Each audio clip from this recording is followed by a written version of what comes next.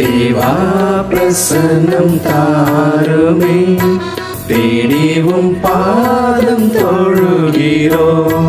தேவா பிரசன்னம் தாருமே, தேடிவும் பாதம் தொழுகிறோம். இயேசுவே உம்முடைய நாமத்திலே இன்பமுடன் கூடி வந்தோமே. தேவா பிரசன்னம் தாருமே, தேடிவும் பாதம் தொழுகிறோம்.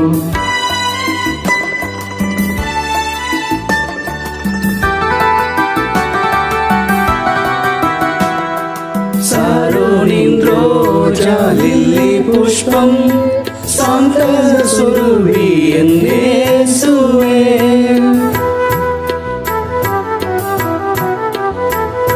சாரோனின் ரோஜா லில்லி புஷ்பம், சாந்த சுரபி என் இயேசுவே. ஆயிரம் பேரிலும் சேர்ந்தோராம் ஆண்டவரை தொழுகிறோம். தேவா பிரசன்னம் தாருமே, தேடிவும் பாதம் தொழுகிறோம்.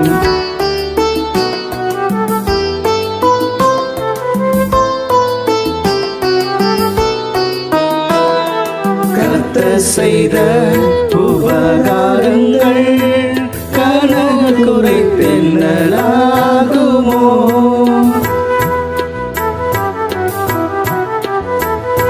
கர்த்தர் செய்த உபகாரங்கள் கணக்கு குறைத்தென்னலாகுமோ? ரட்சிப்பின் பாத்திரம் கையிலேந்தி ரட்சகரை தொழுகிறோம். தேவா பிரசன்னம் தாருமே, தேடிவும் பாதம் தொழுகிறோம். தேவா பிரசன்னம் தாருமே, தேடிவும் பாதம் தொழுகிறோம். இயேசுவே உம்முடைய நாமத்திலே இன்பமுடன் கூடி வந்தோமே. தேவா பிரசன்னம் தாருமே, தேடிவும் பாதம் தொழுகிறோம். தேவா பிரசன்னம் தாருமே, தேடிவும் பாதம் தொழுகிறோம்.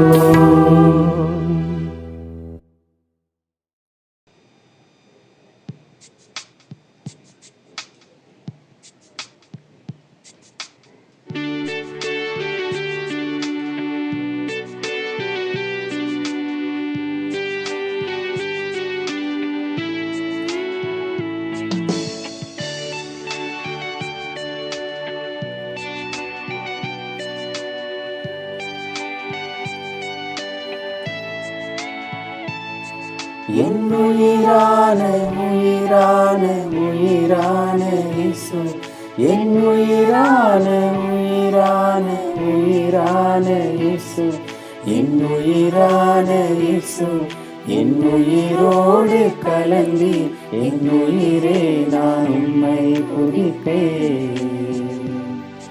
என் உயிரே நான் உம்மை துதிப்பேன். என் உயிரே நான் உம்மை துதிப்பேன்.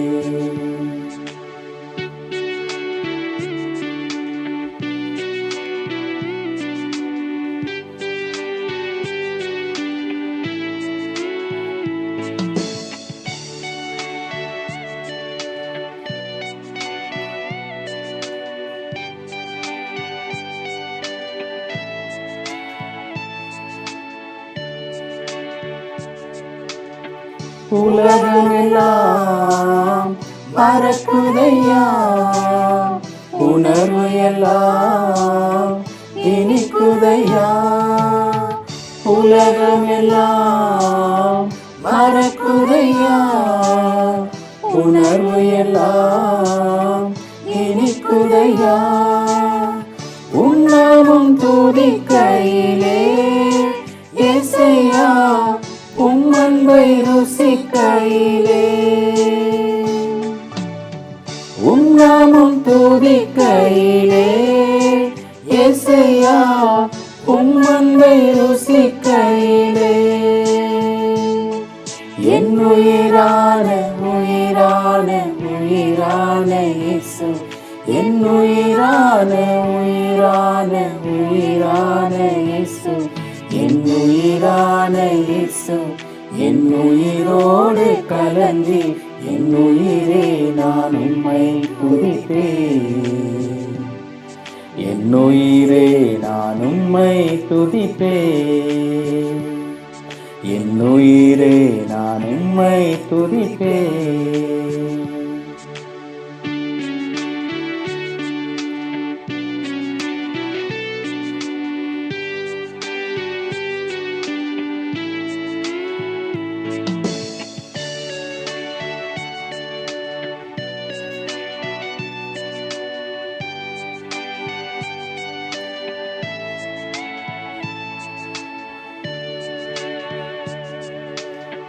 உம் வசனம் எனக்கு உணவாகும் உடலுக்கெல்லாம் மருந்தாகும் உம் வசனம் எனக்கு உணவாகும் உடலுக்கெல்லாம் மருந்தாகும் இரவும் பகலும் ஐயா உந்தன் வசனம் தியானிக்கிறேன்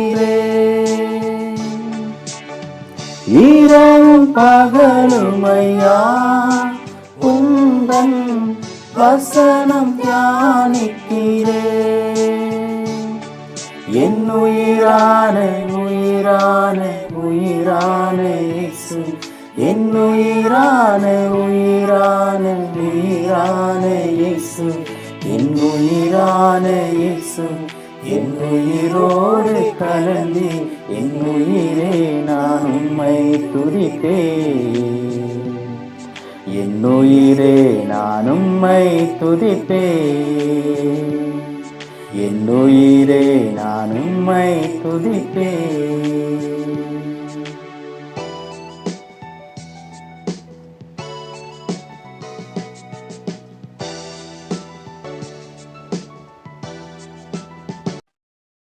என் அன்பு சகோதர சகோதரிகளே, உங்கள் எல்லோரையும் இந்தியா கிறிஸ்துவின் சபையின் சார்பாக உங்கள் அனைவரையும் வருக வருக என்று வரவேற்கிறோம். நான் நம்புகிறேன் இயேசு கிறிஸ்துவுக்குள் நீங்கள் எல்லாம் மகிழ்ச்சியாக இருக்கிறீர்கள் என்று. இன்றைக்கு சங்கீதம் 148 அதிகாரத்தில் இருந்து வசனம் 1-3 நாம் வாசிப்போம். அல்லேலூயா. வானங்களில் உள்ளவைகளே கர்த்தரை துதியுங்கள், உன்னதங்களில் அவரை துதியுங்கள். அவருடைய தூதர்களே நீங்கள் யாவரும் அவரை துதியுங்கள். அவருடைய சேனைகளே நீங்கள் யாவரும் அவரை துதியுங்கள். சூரியனே சந்திரனே அவரை துதியுங்கள். பிரகாசமுள்ள சகல நட்சத்திரங்களே அவரை துதியுங்கள். ஆமே. இந்த வசனங்கள் எல்லாம் எப்படி தேவனை மகிமைப்படுத்துவது, எப்படி தேவனை துதிப்பது என்று தாவீது ராஜா மிக அழகாக துதிக்கிறதை நாம் பார்க்கிறோம். அவர் மாற்றமல்ல, சேனைகளில் எப்படி அவரை துதிப்பது, தேவ தூதர்கள் எப்படி அவர்களை துதிக்கிறார்கள், நட்சத்திரங்கள் அவர் படைத்த படைப்புகள் எப்படி அவரை துதிக்கிறது என்பதையும் இந்த வசனத்தின் மூலியமாக நாம் பார்க்கிறோம். ஆகவே அவருடைய படைப்புகள் எல்லாம் கூட அவரை துதித்து மகிமைப்படுத்துகிறதா இருக்கிறது. நான் நம்புகிறேன் இன்றைக்கு ஆராதனையில் கூட நாம் முழு இருதயத்தோடும் முழு மனதோடும் முழு கவனத்தோடும் அவரை நாம் துதிக்க கடவோம். சகோதரிகளே, உங்களை குறிச்சு நான் ரொம்ப சந்தோஷப்படுறேன். இந்த காலை நேரத்துல நம்ம ஒரு ஜூம் கால் மூலியமாக எங்களோட ஆராதனையை சந்திப்பது எனக்கு ரொம்ப சந்தோஷமா இருக்குது. வசனம் பாத்தீங்கன்னா ரொம்ப தெளிவாக தாவீது சொல்லிட்டு இருக்கிறாரு, எப்படியெல்லாம் நம்ம தேவனை துதிக்க முடியும் அப்படின்னு சொல்லி. இப்ப இருக்கக்கூடிய ஒரு காலகட்டங்கள் மிகவும் ஒரு கவலைக்கிடமான ஒரு நேரம். ஆனாலும் கூட அநேக நேரத்துல நாம தேவனை துதிப்பதுல பின்தாங்கிருக்கோம். என்னுடைய வாழ்க்கையில கூட அநேக நேரத்துல நான் பின்தாங்கி இருக்கிறேன். சோ இந்த வசனங்கள் எல்லாம் படிக்கும் போதோ எனக்கு ரொம்பவே உதவியா இருந்துச்சு. எந்த ஒரு தேவனை நம்ம துதிப்பதை நம்ம மறந்துடக்கூடாது, தவற விடக்கூடாது அப்படின்னு சொல்லி இந்த ஆராதனையில கண்டிப்பா இந்த வசனங்கள் எனக்கு ரொம்ப உபயோகமா இருந்துச்சு. இது உங்களுடைய ஜெப நேரத்துல கூட தேவனை அதிகமா ஸ்தோத்திரிக்கிறதோ, துதிக்கிறதோ, கொண்டாடக்கூடிய ஒரு ஜெப நேரங்களை நாம மறுபடியும் நம்ம ஆரம்பிக்கணும். நம்ம எல்லாரையும் உற்சாகப்படுத்துறேன். இந்த நேரத்துல ஆராதனைக்கு முன்பாக நம்ம ஜெபத்தோடு இந்த ஆராதனையை தொடங்கணும். இந்த நேரத்தில் சகோதரன் டொமினிக் அவர்கள் தேவனுடைய பிரசங்கத்தை இந்த தினக்கு நமக்கு போதிக்க இருக்கிறார். நாம் கண்களை மூடி ஜெபித்து அவருடைய பிரசங்கத்தை அவர் கையில் ஒப்புக் கொடுப்போம். அன்பாகிய இயேசு கிறிஸ்துவே, ஆண்டவரே, இந்த காலை வேளை ஆராதனையில் நாங்கள் ஒருமித்தமாய், ஒரு குடும்பமாய், சபையாராய் நாங்கள் சேர்ந்து ஒரு சரீரமாய் உம்மிடத்தில் வந்திருக்கிறோம் சுவாமி. தகப்பனே, இந்த ஆராதனை உம்முடைய கரத்தில் நாங்கள் ஒப்புக் கொடுக்கிறோம். சகோதரன் டொமினிக்கை பரிசுத்த ஆவியோடும் வல்லமையோடும் மிகவும் பலன் கொண்டு அவரை நீ பயன்படுத்தும்படியாய் ஜெபிக்கிறோம் சுவாமி. மற்றும் இந்த ஆராதனையில் கலந்து கொண்டிருக்கிற புதிதாக வந்திருக்கிற நபர்களை நீர் தொட்ட அந்த குடும்பங்களை ஆசீர்வதியும் சுவாமி. எல்லா குடும்பங்களையும் உம்முடைய கரத்திலும், மூத்தவர்களையும், பிள்ளைகளையும், வயதானவர்களையும், எந்த சூழ்நிலையில் அவர்கள் வந்திருந்தாலும் எல்லோரையும் நீர் தொட்டு குணப்படுத்தி அவர்களை ஆசீர்வதிக்கும்படியாய் ஜெபிக்கிறோம். இந்த முழு ஆராதனையை நீர் வழிநடத்தும்படியாய் உம்முடைய கரத்தில் ஒப்பு கொடுத்து இயேசு கிறிஸ்துவின் நாமத்தை கொண்டு நாங்கள் ஜெபிக்கிறோம் எங்கள் ஜீவனுள்ள பிதாவே, ஆமென்.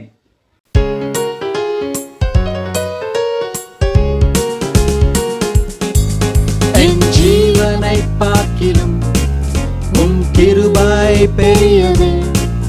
என் உதடுகள் துதித்து போற்றுமே நேசரே. என் ஜீவனை பார்க்கிலும் உம் கிருபை பெரியது. என் உதடுகள் துதித்து போற்றுமே நேசரே.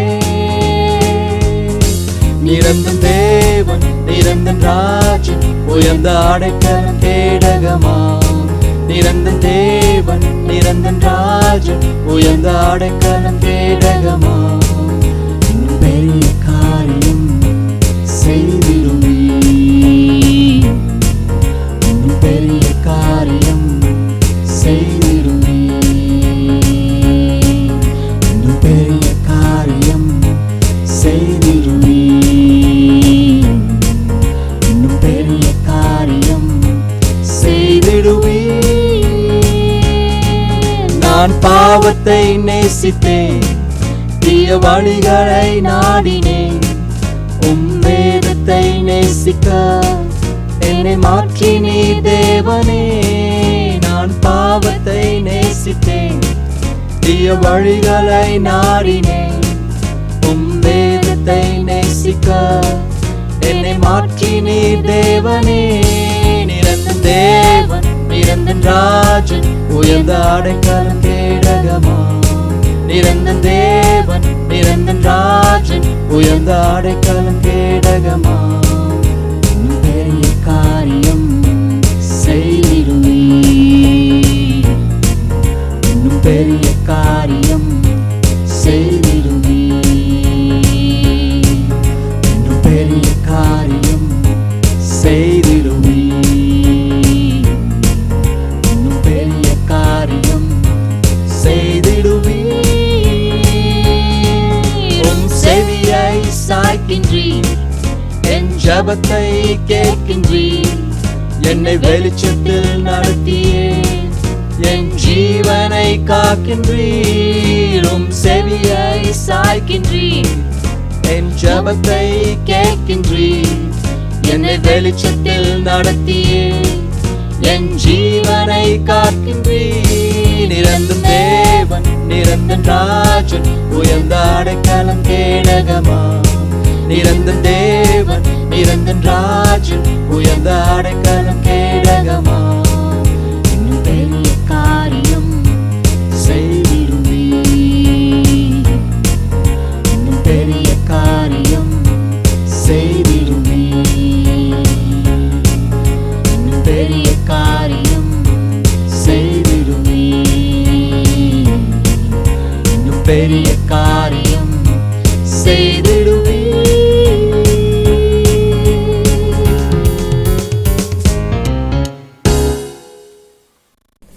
கிறிஸ்துவுக்குள் பிரியமான சகோதர சகோதரிகளே, உங்கள் யாவரையும் இன்றைய ஞாயிற்றுக்கிழமை காலை ஆராதனையில் சந்திப்பது மிகவும் சந்தோஷமாக இருக்கிறது. செய்திக்கு செல்வதற்கு முன்பாக கூட நாம் ஜெபத்தோடு கூட இந்த ஆராதனை செய்தியை தொடங்கலாம். கண்களை மூடி யாவரும் ஜெபம் செய்வோம். எங்களை அதிகமாய் நேசிக்கிற அன்பின் ஆண்டவரே சுவாமி, இந்த அருமையான காலை வேலைக்காக நன்றி ஆண்டவரே. இந்த காலை வேலையில கூட கர்த்தாவே எங்களோடு கூட ஆவியின் மூலம் இசைந்திருக்கிற கிருபைக்காக நன்றி சுவாமி. தேவரீர், இந்த வேலையிலும் கர்த்தாவே அடியனை தாழ்த்தி ஆவியானவர் பேசும்படியாய் வேண்டிக் கொள்ளுகிறோம். உமது சத்திய வார்த்தைகள் மூலமாய் நீ பேச போகிற கிருபைக்காக இரக்கத்திற்காக நன்றி. இந்த செய்தியை கேட்டுக்கொண்டிருக்கிற உமது பிள்ளைகள் உமது கர்த்தர் ஒப்புக் கொடுக்கிறோம் சுவாமி. தேவரீர், செய்தியை கேட்கும் உமது பிள்ளைகளே கர்த்தர் நீர் தாமே ஆஸ்வதிக்கும்படியாய் செபிக்கிறோம். இந்த செய்தி முழுவதும் ஆவியானவர் மூலமாய் நிரந்தரிக்க உதவி செய்யும்படியாய் செபித்து எங்களுக்காக மரித்த இயேசுவின் நாமத்தில் செபிக்கிறோம் நல்ல பிதாவே, ஆமீன். சபையார் எல்லோருக்கும் காலை வணக்கம். இன்னைக்கு நம்ம ஞாயிற்றுக்கிழமை ஆராதனையில வழக்கமா நமக்கு ஒரு சீரீஸ் ஆஃப் லெசன் இருக்கும். இன்னைக்கு வந்து அந்த தலைப்பெல்லாம் முடிச்சு, அதனால நீங்களே சொந்தமா என்ன உங்களால பேச முடியுமா பேசுங்க அப்படின்னாங்க.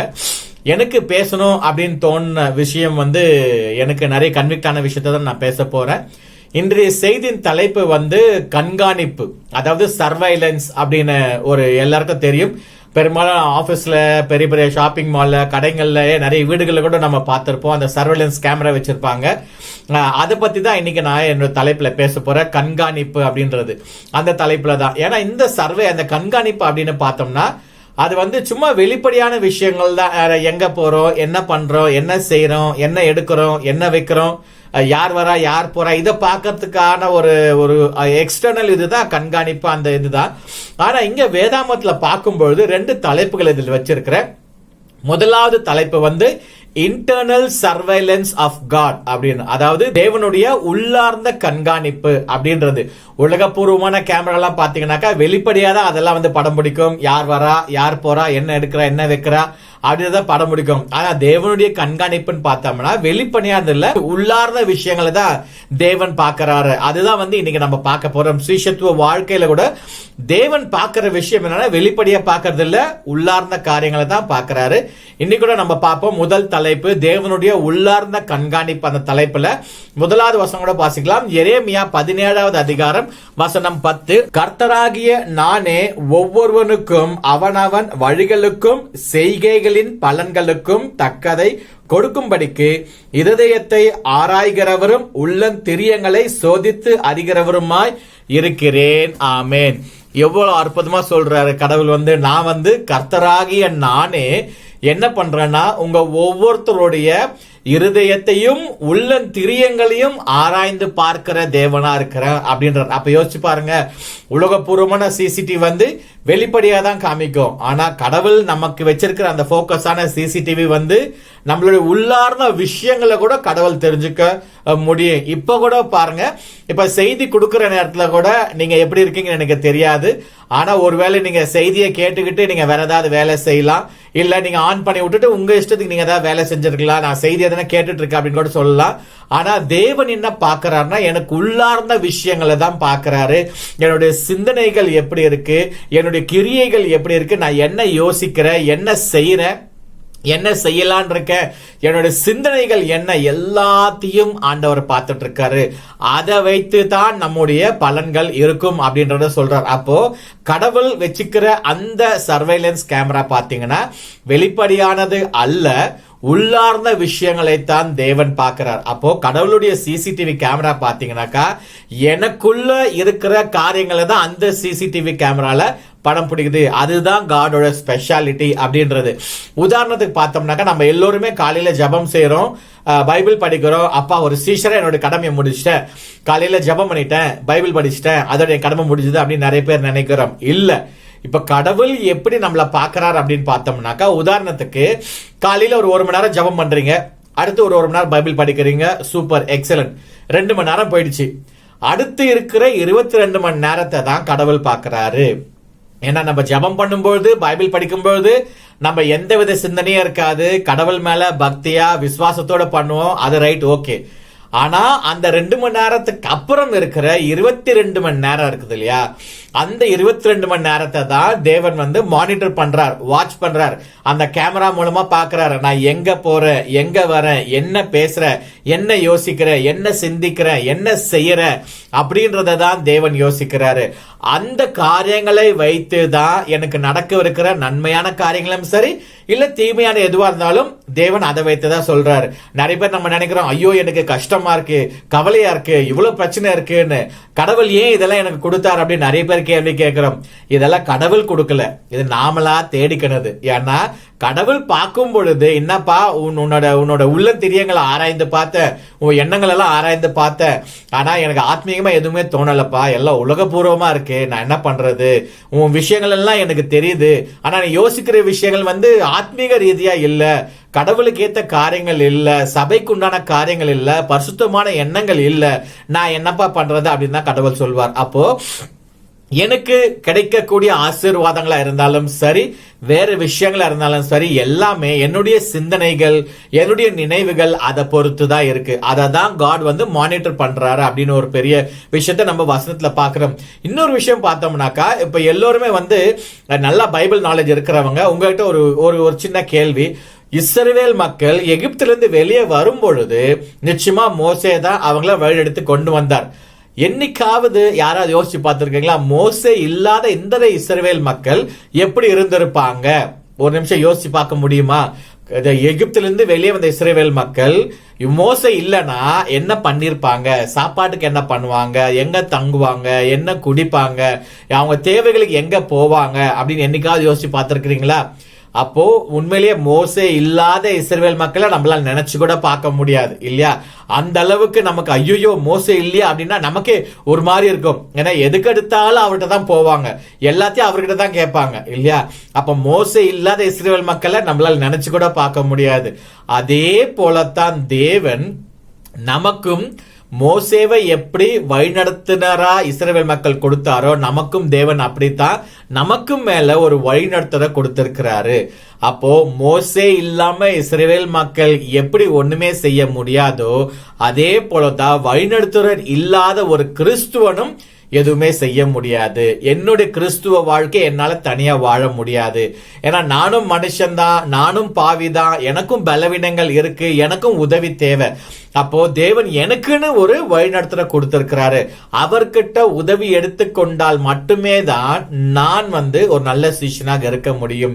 மோசேவை இஸ்ரவேல் மக்கள் இருந்து கூட்டு வரதுக்கு கடவுள் வந்து, இந்தப்பா மாசம் உனக்கு அக்கௌண்ட்ல 10,000 ரூபாய் போடுற, இல்ல இந்த தேசத்தை எழுதி வைக்கிற, உனக்கு 1000 மாடு தர, இல்ல ஆடு தர அப்படின்லாம் தேவன் சொல்லவே இல்லை. என்னுடைய ஜனத்தை நீ வழிநடத்தி கொண்டு போன்னு தான் சொன்னார். அதே போலதான் இன்னைக்கும் நம்மள வழிநடத்தி கொண்டு போறதுக்காக தான் தேவன் நமக்கு மேல ஒரு வழிநடத்துறை வைத்திருக்கிறார். நம்முடைய ஆத்துமாக்களுக்கு அவங்க தான் பொறுப்பு. அப்ப அவங்களை இன்னைக்கு எந்த அளவுக்கு நான் மதிக்கிறேன், மரியாதை கொடுக்கிறேன், அவங்களோட எந்த அளவுக்கு என் வாழ்க்கையை பகிர்ந்து கொள்றேன், எந்த அளவுக்கு நான் உதவி எடுத்துக்கிறேன், என்னுடைய பலவீனங்களை, என்னுடைய சிந்தனைகளை, என்னுடைய எண்ணங்கள் எல்லாம் எந்த அளவுக்கு நான் பகிர்ந்து கொள்றேன் அப்படின்றது ரொம்ப ரொம்ப ஒரு முக்கியமான விஷயமா இருக்கும். ஒரு விஷயம் நல்லா தெரிந்து கொள்ளுங்க, இந்தியன் சர்ச் ஆஃப் கிரைஸ்ட்ல டிசைபிள் ஆயிட்டா உடனே நான் பரலோகம் போயிடுவேன் அப்படின்னு தயவு செய்து யாரும் நினைக்க வேண்டாம். இது வந்து நீங்க டிசைபிள் ஆயிட்டா வந்து பரலோகம் போறதுக்கு என்ட்ரி டிக்கெட் கிடையாது. டிசைபிள்ஷிப் அப்படின்றது என்ட்ரி டிக்கெட் கிடையாது. என்னுடைய சிந்தனைகள், என்னுடைய எண்ணங்கள், என்னுடைய நினைவுகள் எப்படி இருக்கோ அதை வைத்து தான் தேவன் தீர்மானிக்கிறார் நான் பரலோகம் போவனா இல்லையான்றது. அப்ப இன்னைக்கு நான் பரலோகம் போறது என் கையில தான் இருக்கு. நான் ஆத்மீகமா இருந்தேன்னா, தேவனுக்கு ஏற்ற சிந்தையோடு இருந்தேன்னாக்கா, தேவனுக்கு உண்டான காரியங்களை செய்தேன்னாக்கா, ஆத்மீகமான வாழ்க்கை வாழ்வதற்கு உதவி எடுத்துக்கொண்ட அப்படின்னா, பலவீனமான கிறிஸ்துவங்களை நான் பலப்படுத்தினா, ஆத்ம ரட்சிப்பை கொடுத்தேன் அப்படின்னா, அதுக்கு உண்டான கனிகள் எனக்குள்ள இருந்ததுனாக்கா நான் நிச்சயமா பரலோகம் போவேன். அப்போ என்ன எண்ணங்கள் மிக மிக முக்கியமானதா இருக்கு. அப்ப யோசிச்சு பாருங்க, தினமும் பைபிள் படிச்சு ஜெபம் பண்ற நேரத்தை தவிர மீதி நேரமெல்லாம் நம்ம எப்படி இருக்கும், நம்ம சிந்தனை எப்படி இருக்கு, நம்ம கிரியைகள் எப்படி இருக்கு, செய்கைகள் எப்படி இருக்கு, நம்ம பேசுற விஷயங்கள் எப்படி இருக்கு, எப்படிப்பட்ட வார்த்தைகளை பயன்படுத்துறோம் அப்படின்னு ரொம்ப ரொம்ப முக்கியமா இருக்கு. இப்ப கூட நிறைய நேரத்துல பார்த்தோம்னாக்கா நம்ம சபைக்கு வரும்போது பார்த்தோம்னா சபை முடிஞ்சு எல்லோருமே என்ன பண்றாங்க 2 மணி ஆனாலும் இருந்து நம்ம அந்யுன்யம் பண்ணிட்டு போறோம். அதுதான் மிகப்பெரிய விஷயமா இருக்கு. நான் சபைக்கு வரும்பொழுது கூட எனக்கு மிகவும் பிடிச்ச விஷயம் அதான். முதல்ல நான் சபைக்கு வரும்போது 94வது வருஷம் நான் மார்ச் மாசம் தான் நான் சபைக்கு வந்தது, அழைக்கப்பட்டது. அங்க வந்து சபையில பார்க்கும் பொழுது 10 மணிக்கு மெசேஜ் இருக்கோ 11 மணிக்கு முடிஞ்சிடும். 11:30 மணிக்கு அப்புறம் பார்த்தோம்னாக்கா பேசுவாங்க 2 மணி ஆனாலும் பேசிட்டு இருப்பாங்க. என்னடா இவங்களுக்கு எல்லாம் பசி எடுக்காதா, வயிறே இல்லையா, இவ்வளவு நேரம் பேசுறாங்க அப்படின்னு தான் பேசுவாங்க அப்படின்னு நான் யோசிச்சுட்டு இருந்தேன். ஆனா சீஷர் ஆனதுக்கு அப்புறம் தான் சொன்னாங்க, இதுதான்டா அந்யோன்யம், இதுதான் சகோதரத்துவம், இதுதான் ஃபெல்லோஷிப் அப்படின்னு சொல்லி கொடுத்தாங்க. அதுதான் வந்து என்னை இத்தனை வருஷம் சபைக்குள்ள இருக்க வைத்ததுக்கு காரணம் வந்து அந்த அந்யோன்யம், அந்த அன்பு, அந்த ஃபெல்லோஷிப் தான். இப்ப நம்ம யூடியூப்ல சந்திக்கிறோம், ஜூம்ல சந்திக்கிறோம். ஆனா நமக்கு வந்து ஜூம் முடிஞ்சு பிரேக்கப் ரூம்னு நிற்கிறாங்க. அந்த பிரேக்கப் ரூம்ல எல்லாரும் பிரேக் ஆகி போயிடுமே தவிர யாரையும் பார்க்க கூட முடிய மாட்டேங்குது. அப்ப அந்யோன்யம் எங்க, என்னுடைய இருதயம் எங்க இருக்கு, என்னுடைய சிந்தனை எதுல இருக்கு, என்னுடைய எண்ணங்கள்லாம் எப்படி இருக்கு பாத்தீங்களா? கடவுளுக்குண்டான செய்தியை மட்டும் கேட்டுட்டு அந்யோன்யம் வரும்பொழுது நம்ம சகோதர சகோதரோட பேச வாய்ப்பு கொடுக்கும்போது கூட நம்ம விலகி போறவங்களா இருக்கிறோம். அப்ப யோசிச்சு பாருங்க, எந்த அளவுக்கு என்னுடைய இருதயம் தேவனுக்கு முன்பாக சரியா இருக்கா அப்படின்றத யோசிச்சு பார்க்கணும். 2வது விஷயங்கள் பார்க்கல. 2வது தலைப்பு எக்ஸ்டர்னல் ஆக்ட்ஸ் ஆஃப் காட், அதாவது தேவனுடைய வெளிப்படையான கிரியைகள். முன்னாடி உள்ளார்ந்த கண்காணிப்ப தேவன் பார்த்துட்டு அதை பார்த்ததுக்கு அப்புறம் வெளிப்படையான கிரியைகளை நம்ம வாழ்க்கையில அவர் கொடுக்கணும்னு நினைக்கிறாரு. எப்படிப்பட்ட கிரியைகளை கொடுக்கணும்னு நினைக்கிறார் அப்படின்றத ரோமர் 2:6-7 நம்ம வாசிக்கலாம். தேவன் அவனவனுடைய கிரியைகளுக்கு தக்கதாய் அவனவனுக்கு பலன் அளிப்பார். சோர்ந்து போகாமல் நற்கிரியைகளை செய்து மகிமையையும் கனத்தையும் அழியாமையையும் தேடுகிறவர்களுக்கு நித்திய ஜீவன் அளிப்பார். ஆமேன். சூப்பர், ரொம்ப அற்புதமா ஆண்டவர் சொல்லிட்டாரு இல்லையா? சோர்ந்து போகாம நம்ம தேவனுடைய ராஜ்யத்தின் காரியங்களை செய்யணும். அவனவனுடைய கிரியைகளுக்கு தக்கதாதான் அவனவனுக்கு பலன் அளிப்பேன்னு சொல்லியிருக்காரு. அப்போ நான் செய்கிற கிரியைகளுக்கு தேவன் உங்களை ஆசீர்வதிக்க மாட்டாரு, நீங்க செய்யற கிரியைகளுக்கு என்ன ஆசீர்வதிக்க மாட்டாரு. நிறைய பேர் சொல்றோம், பிரதர் எனக்காக ஜெபம் பண்ணிக்காங்கன்னு சொல்றோம், வாஸ்தவம் தான் ஜெபம் பண்றோம். ஆனா எனக்கு ஆசீர்வாதம் வேணும் அப்படின்னா என்னுடைய சிந்தனைகள் தேவனுக்கு முன்னாடி நல்லா இருக்கணும், என்னுடைய கிரியைகள் தேவனுக்கு முன்னாடி நல்லா இருக்கணும். வசனம் தெளிவா சொல்லுது, சோர்ந்து போகாம நற்கிரியைகளை செய்யுங்கள் அப்படின்னு சொல்லுது. நிறைய பேருக்கு ஐயோ என்ன இந்த கிறிஸ்டியன் லைஃப், ஐயோ ரொம்ப கஷ்டமா இருக்கு, ரொம்ப கவலையா இருக்கே, பாரமா இருக்கே அப்படின்னு நினைக்கிறோம். நிறைய பேர் வந்து நம்மளோடு இருந்த அநேக சீஷர்கள் இப்ப இல்ல.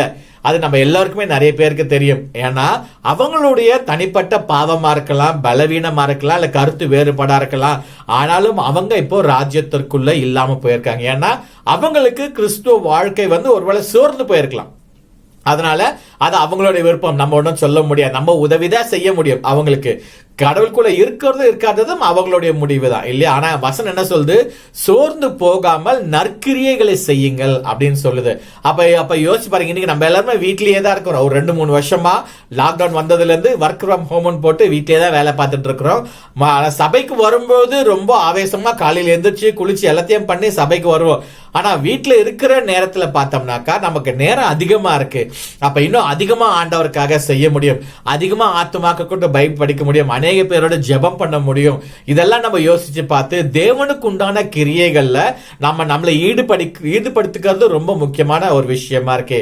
இன்னைக்கு நான் சீஷன் அப்படின்னா சீஷனுடைய காரியங்களை நான் செய்யல அப்படின்னா நான் சீஷனா இருக்கிறதுக்கு பிரயோஜனமே இல்லை, நான் வேஸ்ட் இல்லையா? இப்போ ஒரு சீஷர் அப்படின்னா தினமும் பைபிள் படிக்கணும், தினமும் ஜெபம் பண்ணணும், அடுத்தவங்களை உற்சாகப்படுத்தணும், ஆத்துமாக்களை ரட்சிக்கணும், நான் முதல்ல உண்மையா இருக்கணும், நீதியா இருக்கணும், நான் பொய் சொல்லக்கூடாது, கோபப்படக்கூடாது, ஏமாத்தக்கூடாது, திருடக்கூடாது. ஏன்னா கடவுள் பார்க்கிறார் என்ற கடவுள் பயம் எனக்குள்ள வேணும் இல்லையா? அந்த பயம் இருந்தா எல்லா விஷயத்தையும் சரியா செய்வோம், கடவுளுக்கு முன்னாடி உண்மையா இருப்போம், நீதியா இருப்போம். இப்ப நிறைய இடத்துல பார்த்தோம்னா ஆபீஸ்ல கேமரா இருக்குன்றதுக்காக கேமரா இருக்கிற பாக்குது அப்படின்றதுக்காக எல்லோருமே பண்ணுவாங்க. ஆனா நமக்கு கேமரா வந்து கடவுள் தான். கேமரா இருந்தாலும் இல்லைனாலும் தேவன் என்னை பார்த்து கொண்டிருக்கிறார். தேவனுடைய உள்ளந்திரியங்களை ஆராய்ந்து பார்க்கிறார், எண்ணங்களை பார்க்கிறார், என்னுடைய கிரியைகளை பார்க்கிறார். அப்ப நான் எப்படி இருக்கணும்? கடவுளுக்கு உண்மையா இருக்கணும், கடவுள் பயத்தோடு இருக்கணும், சிந்தனைகள் ஒழுங்கா இருக்கணும், பரிசுத்தமா இருக்கணும். அதுதான் என்னுடைய எண்ணமா இருக்கு. இன்னொரு விஷயம் பார்த்தோம்னாக்கா, நமக்கு பார்த்து கொரோனா முதல் அலை வந்தது, ஏகப்பட்ட பேர் இறந்தாங்க. நமக்கு தெரிஞ்சு எவ்வளவு பேர் இறந்தாங்க. ஆனா தேவன் நம்மள பாதுகாப்பா வைத்திருந்தார். என்னைக்காவது ஏன் ஆண்டவரே என்ன பாதுகாத்து வச்சிருக்கீங்க, இவ்வளவு பேர் இறந்தாங்களே, நான் மட்டும் என்ன அப்படின்னு கேட்டிருக்கோமா? ஆனா கடவுளுக்கு நன்றி சொல்லியிருக்கோம். தேவனே என்ன பாதுகாப்பா வைத்திருக்கிறீங்க, உங்களுக்கு மகிமை, உங்களுக்கு நன்றி அப்படின்னு சொன்னோம். 2வது அலை வந்தது, ஏகப்பட்ட பேர் இறந்தாங்க. நம்ம சபையிலேயே அநேக சகோதர சகோதரிகள் இறந்ததை பார்க்கிறோம். நம்ம எல்லோருமே அழுதம் கூட. அப்பவும் தேவன் நம்மளை பாதுகாத்தார். அப்பயாவது வச்சிருக்கீங்களா, ஆண்டவரே என்னோட சகோதரி இறந்தாங்க, என்னோட சகோதரன் இறந்தாங்க, ஆண்டவரே ஏன் என்ன பாதுகாத்து வைத்திருக்கிறீங்க, என்கிட்ட என்ன எதிர்பார்க்கிறீங்க ஆண்டவரே, என்கிட்ட என்ன வேணும் ஆண்டவரே, உங்களுக்கு என்னைக்காவது ஜெபத்துல கேட்டிருக்கிறீங்களா? கேளுங்க, ஆண்டவர்கிட்ட கேளுங்க. ஆண்டவரே என்கிட்ட என்ன எதிர்பார்க்கிறீங்க, நான் எப்படி இருக்கணும்னு எதிர்பார்க்கிறீங்க, ஏன் எனக்கு பாதுகாப்பை கொடுக்குறீங்க, என் குடும்பத்தை பாதுகாத்திருக்கிறீங்க, என் தேவைகளை சந்திச்சிருக்கிறீங்க, எனக்கு இவ்வளவு தூரம் எல்லாத்தையும் கொடுத்திருக்கிறீங்க, ஏன் ஆண்டவரே, யாருக்கும் இல்லாத வாய்ப்பை என்ன கொடுத்திருக்கிறீங்க, ஏன் ஆண்டவரேன்னு கேளுங்க. அப்பதான் ஆண்டவர் தெளிவா சொல்வார். உங்களுடைய கேள்விக்கு எல்லாத்துக்கும் ஒரே ஒரு பதில் தான் இருக்குது.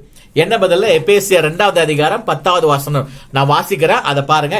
ஏனெனில் உங்க கேள்விகள் இல்லையா, நீங்க இவ்வளோ கேள்வி கேட்கும் போது ஆண்டவர் சொல்ற பதில், ஏனெனில் நற்கிரியைகளை செய்கிறதற்கு நாம் கிறிஸ்துவுக்குள் சிருஷ்டிக்கப்பட்டு தேவனுடைய செய்கையாய் இருக்கிறோம், அவைகளில் நாம் நடக்கும்படி அவர் முன்னதாகவே அவைகளை ஆயத்தம் பண்ணி இருக்கிறார். அப்போ ஏன் ஆண்டவரே என்ன பாதுகாப்பா வைத்திருக்கிறீங்க அப்படின்னு நீங்க கேள்வி கேட்டீங்கன்னா அதுக்கு பதில் என்னது?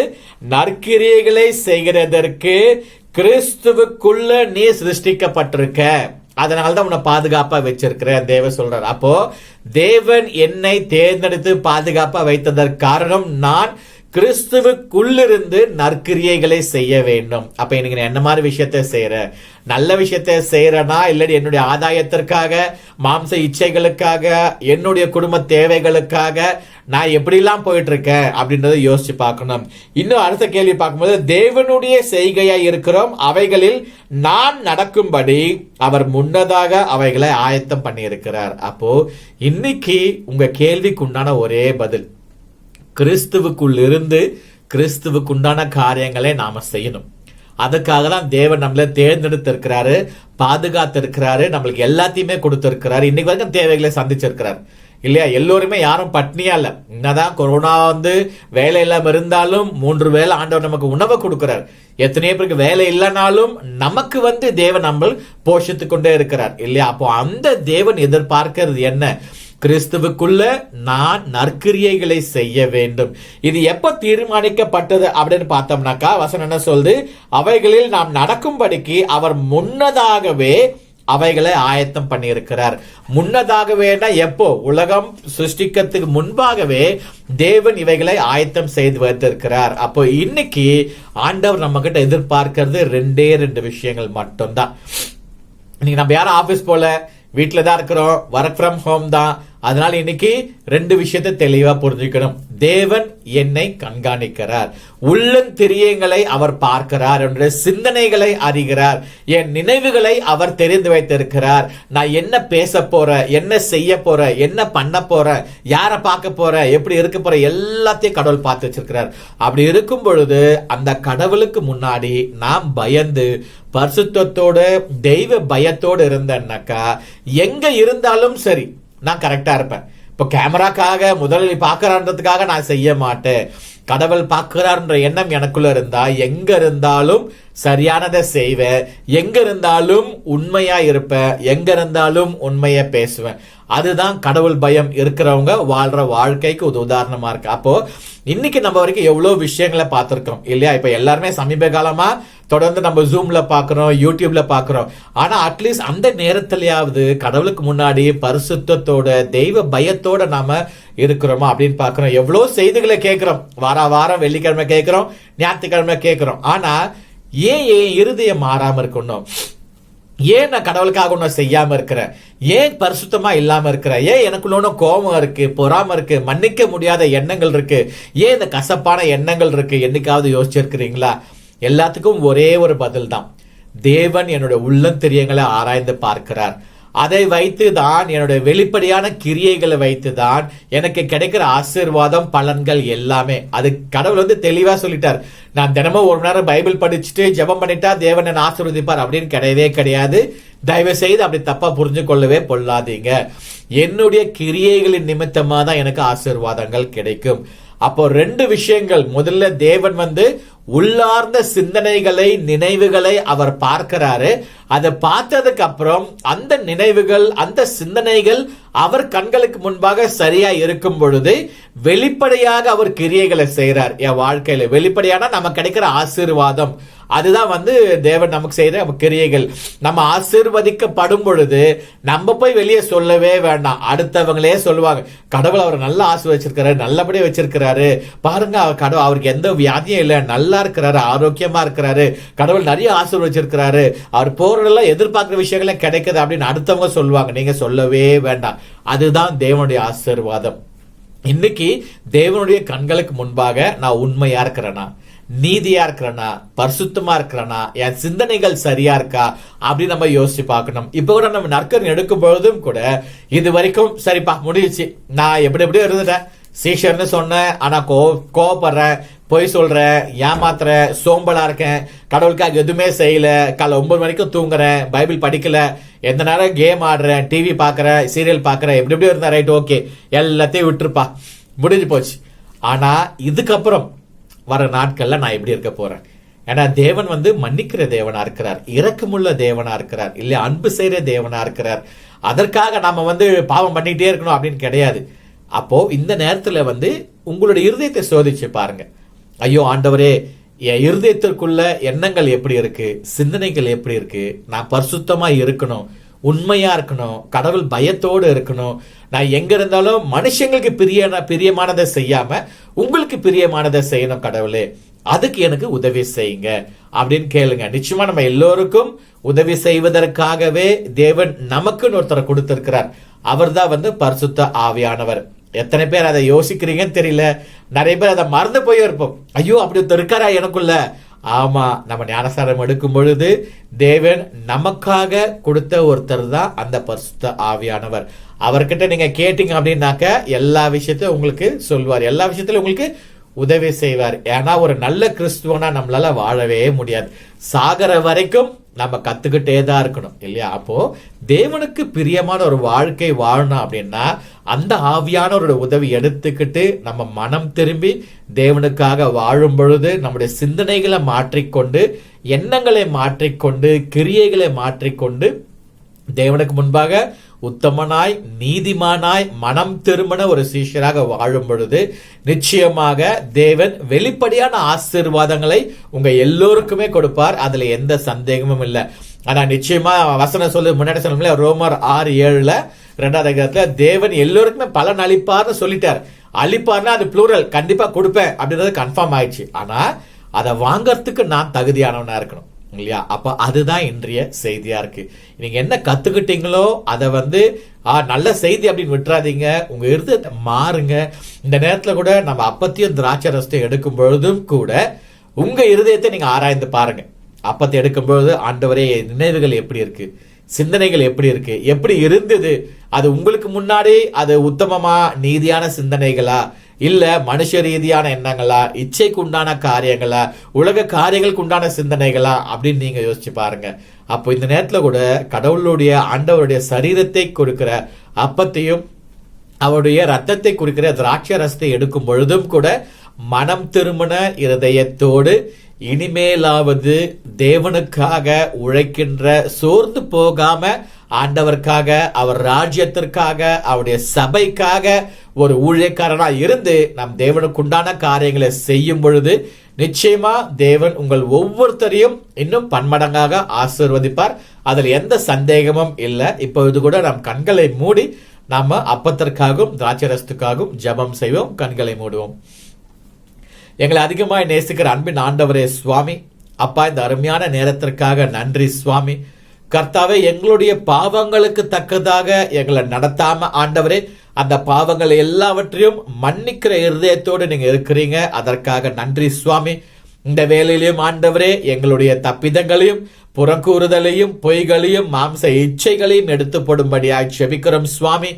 கர்த்தாவே, எங்களுடைய எண்ணங்கள், எங்களுடைய சிந்தனைகள் உமக்கு எதிராக எத்தனையோ சூழ்நிலைகள்ல இருந்திருக்கலாம் சுவாமி.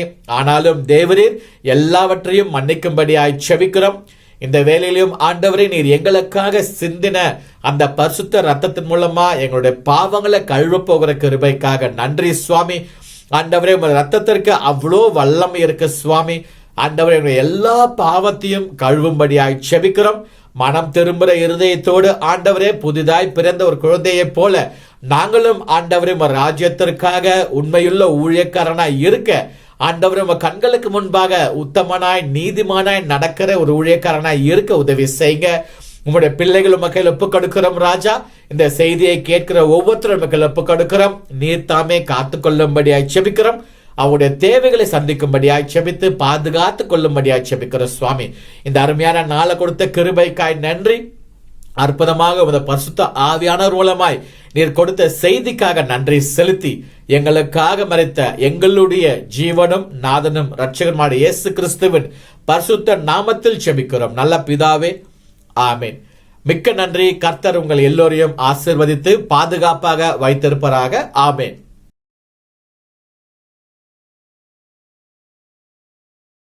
தொல்லை கஷ்டங்கள் சூழ்ந்திடும், துன்பம் துக்கம் வரும், இன்பத்தில் துன்பம் நேற்றிடும், இருளாய் தோன்றும் எங்கும் சோதனை வாரும் வேளையில் கேட்கும் செவியிலே பாரத்தில் இருந்து ஜெயம் வரும், பயம் என்னை காக்க வல்லோர். பாரத்தில் இருந்து ஜெயம் வரும், பயம் என்னை காக்க வல்லோர். காக்கும் வல்ல மீட்பர் உண்டெனக்கு, உண்டெனக்கு, உண்டெனக்கு. காக்கும் வல்ல மீட்பர் உண்டெனக்கு, காத்திடுவார் என்றுமே. ஐயம் இருந்தவர் காலத்தில் ஆவி குறைவதால், மீட்பருடைய பலத்தால் சத்துருவை வென்றேன். என் பயம் யாவும் நீங்கிற்று, இயேசு கை தூக்கினார்.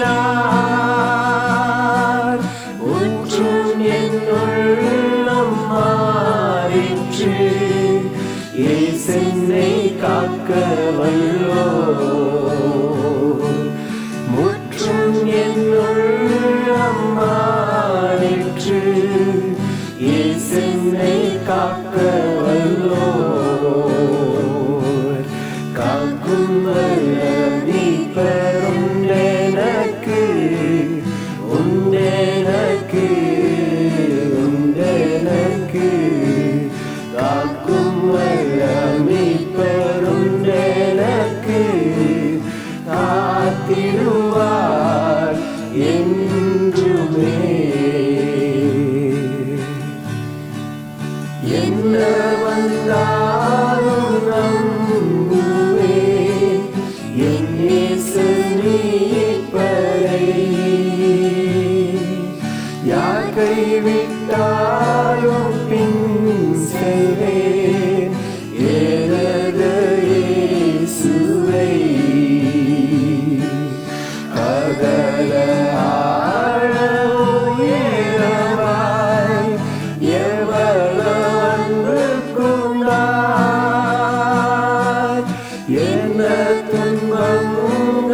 வந்தாலும் அவர் என்னை கைவிட மாட்டார். என்ன துன்பங்கள் வந்தாலும் அவர் என்னை கைவிட மாட்டார். காக்கும் வல்ல மீட்பரும் எனக்கு உண்டெனக்கு உண்டெனக்கு. காக்கும் வல்ல மீட்பரும் எனக்கு காத்திடுவார் என்றுமே. காக்கும் வல்ல மீட்பரும் எனக்கு உண்டெனக்கு உண்டெனக்கு. காக்கும் வல்ல மீட்பரும் எனக்கு காத்திடுவார் என்றுமே.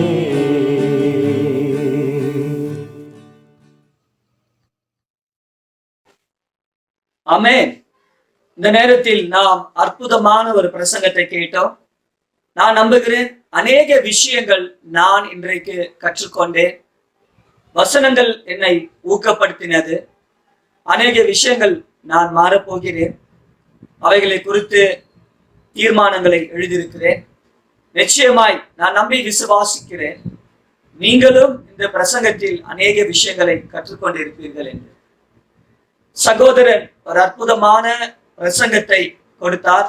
அவரை நாம் ஊக்கப்படுத்துவோமா? எல்லோரும் கைகளை தட்டி அவரை நாம் ஊக்கப்படுத்துவோம். ஆமென்.